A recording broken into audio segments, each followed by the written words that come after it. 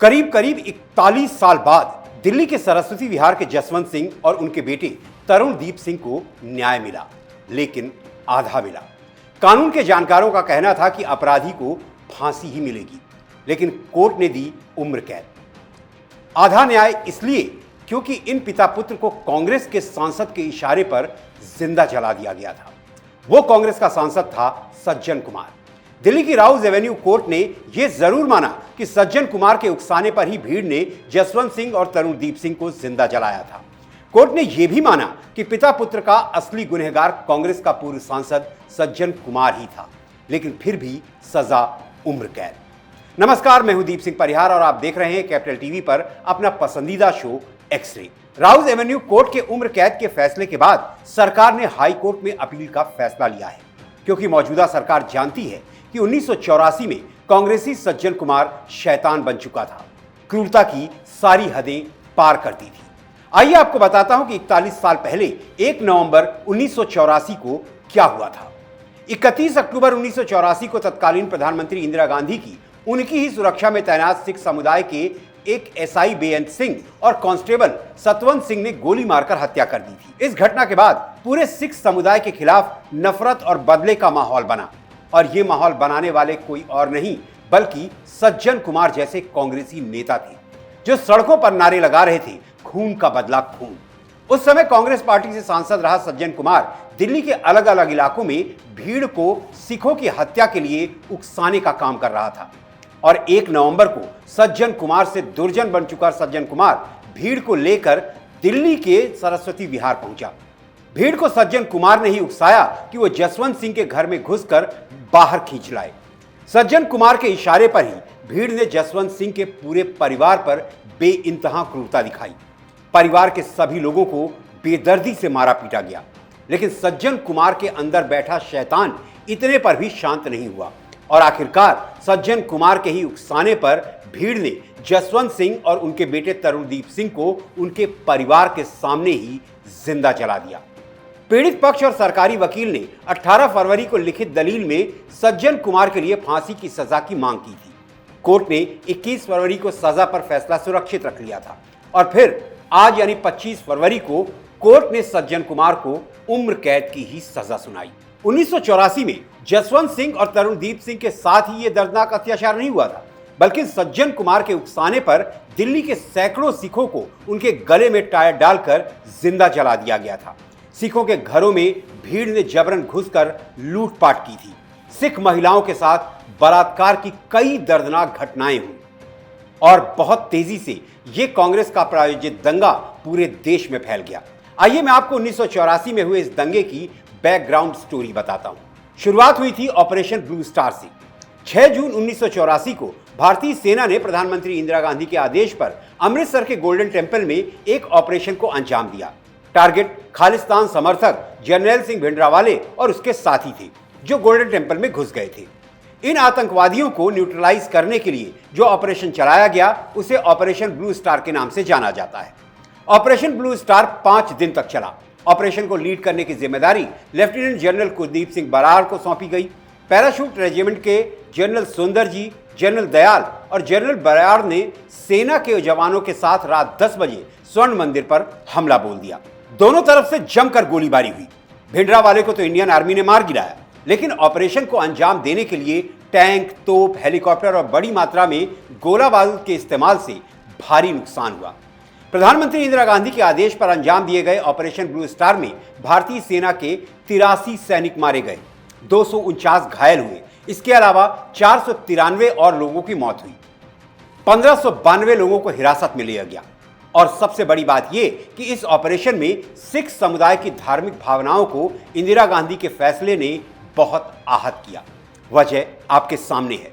सिख समुदाय के लिए आज भी बेहद महत्वपूर्ण और पवित्र माने जाने वाले स्वर्ण मंदिर का ये हाल हुआ था। इंदिरा गांधी के आदेश पर अंजाम दिए गए ऑपरेशन ब्लू स्टार की वजह से स्वर्ण मंदिर का हाल बेहाल हो गया। सिख समुदाय इंदिरा गांधी से बेहद नाराज था, और इस नाराजगी की कीमत इंदिरा गांधी को जान देकर चुकानी पड़ी। 31 अक्टूबर 1984 की बात है। दिल्ली के एक सफदरजंग रोड पर इंदिरा गांधी का निवास था। 31 अक्टूबर को इंदिरा गांधी ने एक आयरिश फिल्म डायरेक्टर पीटर उस्तिनेव को इंटरव्यू के लिए वक्त दिया था। सुबह के 9 बजे थे। इंटरव्यू 1 अकबर रोड पर होना था, जो 1 सफदरजंग रोड से कनेक्टेड था। इंदिरा गांधी तेज कदमों से चलते हुए उस गेट के करीब पहुंच गई जो 1 सफदरजंग रोड बंगले को 1 अकबर रोड बंगले से जोड़ता था। इसी गेट पर सब इंस्पेक्टर बेअंत सिंह तैनात था और बगल में ही बने संतरी बूथ में कांस्टेबल सतवंत सिंह अपनी स्टेन गन के साथ तैनात था। जैसे ही इंदिरा गांधी बेअंत सिंह के करीब पहुंची, उसने हाथ जोड़कर नमस्ते किया और फिर .38 बोर का पिस्टल निकालकर इंदिरा गांधी पर एक गोली दाग दी। उसके बाद बेअंत सिंह ने इंदिरा गांधी के पेट में 2 और गोलियां मारी। सतवंत सिंह संतरी बूथ से निकला और स्टेन गन इंदिरा गांधी पर खाली कर दी। सतवंत ने इंदिरा गांधी पर करीब 30 गोलियां चलाईं। इंदिरा गांधी को दिल्ली के एम्स अस्पताल ले जाया गया।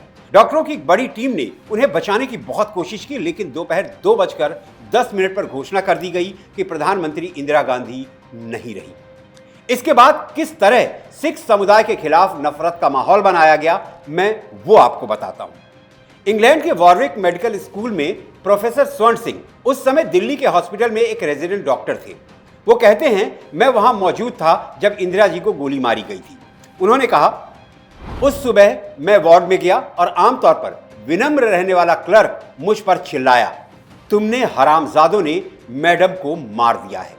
स्वर्ण सिंह ने बताया कि मेरे एक कलीग ने आकर मेरे कान में फुसफुसाया, कहा, यह सिखों के लिए सुरक्षित नहीं है, कृपया यहां से चले जाएं। भीड़ की वजह से दरवाजे भी बंद थे। जैसे ही मैं अंदर घुसा, किसी ने चिल्लाया, तुम कमीने हो, और मेरी गर्दन पर एक घूंसा पड़ा। मेरी पगड़ी उतर गई। अपनी पगड़ी को पकड़कर और झुककर मैंने अपना रास्ता बनाया और मेरी पीठ पर लगातार घूंसे बरस रहे थे। मैं किसी तरह एक ऑटो रिक्शा में घुस गया और ड्राइवर से विनती करने लगा कि वो मुझे वहां से ले जाए। संभवतः समूचे सिख समुदाय से नफरत का यह पहला वाकया था। दोपहर को इंदिरा गांधी की मौत हुई और शाम तक दिल्ली के शहरों में मौत नाचने लगी। दूरदर्शन पर इंदिरा गांधी की शव यात्रा दिखाई जा रही थी और उसी शव यात्रा में शामिल लोग नारे लगा रहे थे, खून का बदला खून। सिखों के खिलाफ 3 दिनों तक भीषण हिंसा का दौर चला। उत्तर भारत में लगभग 8,000 सिख मारे गए। 3,000 से ज्यादा सिख तो अकेले दिल्ली में मारे गए थे। उन्हीं में से जसवंत सिंह और तरुणदीप सिंह भी थे, जिन्हें कांग्रेस के सांसद सज्जन कुमार के इशारे पर जिंदा जला दिया गया। जसवंत सिंह की पत्नी ने सज्जन कुमार के खिलाफ शिकायत दर्ज कराई थी, लेकिन अधूरा इंसाफ भी मिलने में 41 साल लग गया। इस बीच सिख दंगों की जांच के लिए कई आयोग बनाए गए, जिसमें सन 2000 में बना नानावटी आयोग सबसे अहम रहा। नानावटी आयोग ने अपनी जांच में कांग्रेस के कई नेताओं को दोषी ठहराया।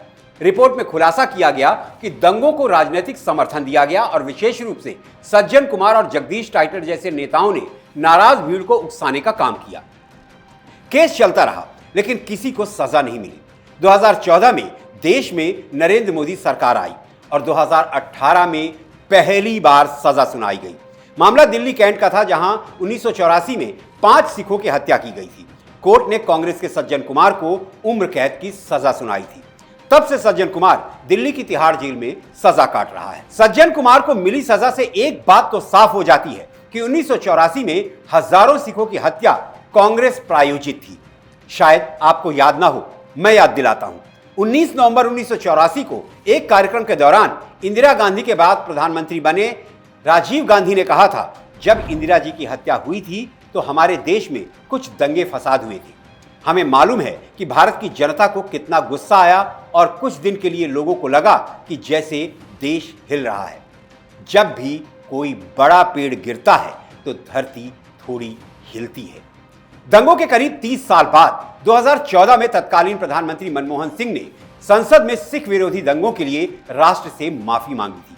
मनमोहन सिंह ने कहा था, मुझे न सिर्फ सिख समुदाय से बल्कि पूरे देश से माफी मांगने में कोई हिचकिचाहट नहीं है। मैं शर्म से अपना सिर झुकाता हूं कि ऐसी घटना घटी। पूर्व पीएम ने तब संसद में कहा था कि दंगा पीड़ितों से हम सभी को माफी मांगनी चाहिए।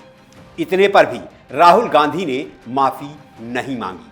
15 मार्च 2014 को सिर्फ इतना कहा कि प्रधानमंत्री मनमोहन सिंह की माफी और सोनिया गांधी के खेद प्रकट करने से वो इत्तेफाक रखते हैं। एक इंटरव्यू के दौरान राहुल गांधी से पूछा गया कि कांग्रेस अध्यक्ष के रूप में उन्हें अपनी दादी और प्रधानमंत्री इंदिरा गांधी की हत्या के बाद 1984 के दंगों के लिए माफी मांगने में हिचक क्यों है।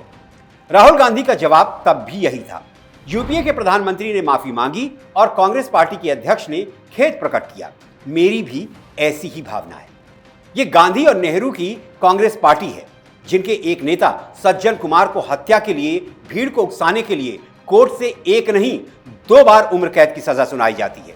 और उसी कांग्रेस के एक नेता राहुल गांधी हैं, जो अच्छी तरह से जानते हैं कि कांग्रेस के कुछ नेताओं के इशारों पर हजारों सिखों की हत्या की गई थी। बावजूद इसके उन्हें माफी मांगने में शर्म आती है।